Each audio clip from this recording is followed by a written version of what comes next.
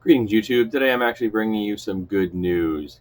The California State Assembly and Senate has passed legislation mandating that all presidential and state gubernatorial candidates release their tax information in order to appear on the state's primary ballot. I almost said criminal, not far off. The bill passed overwhelmingly in the State Assembly with a 57 to 17 vote Monday. It passed 29 to 10 vote in the State Senate on Thursday. The legislation will require candidates to share income tax returns for the previous 5 taxable years with California state government. That information will then be available to voters on the state's Secretary of State website. That's a weird statement.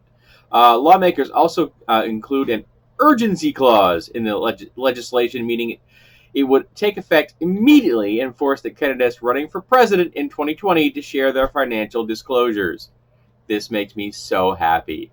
As you know, President Chip Gibbon has been hiding his particular tax returns for years, claiming that because he is being audited by the IRS, that he can't release it, even though the IRS has stated repeatedly that he can release them, that the investigation that they are currently undertaking has nothing to do with the fact that he, as a presidential candidate, or as unfortunately the President of the United States, could in fact release his tax returns. He just doesn't want to do it because that would prove to the world that he is actually worth nothing, because he is not as rich as he thinks he is.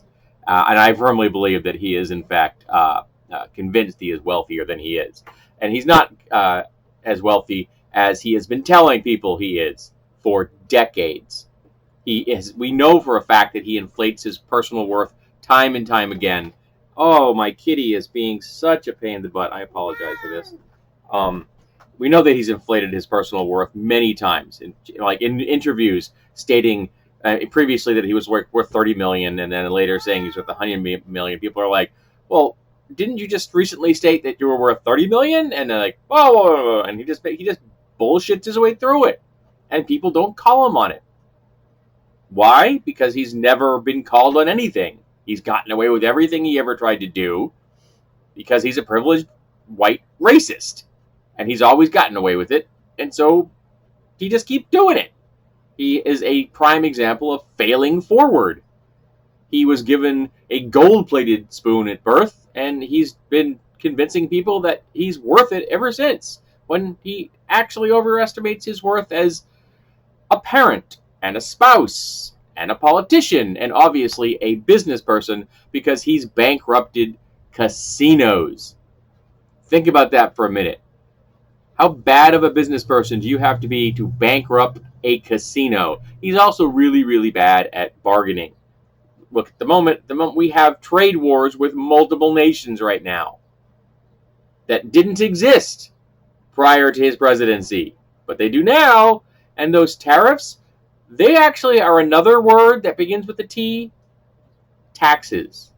Those are taxes that we pay for items from those countries. Those countries don't pay those. They are impacted because people from this country may not want to purchase their items. But other than that, there is no direct impact on them. But he calls them tariffs, and people are like, oh, that must mean the other people pay it. No, they pay them the same way Mexico is paying for the wall. Not at all. So I thought you might want a little positive information today to warm the cockles of your heart. That very shortly, if the president would like to be on the 2020 ballot in California, which has, 40 million people in it? It's one of the most important states in the entire United States to win because of our horrible electrical college. Well, then he's going to have to tell the American people what he's actually worth, which is not a pile of shit.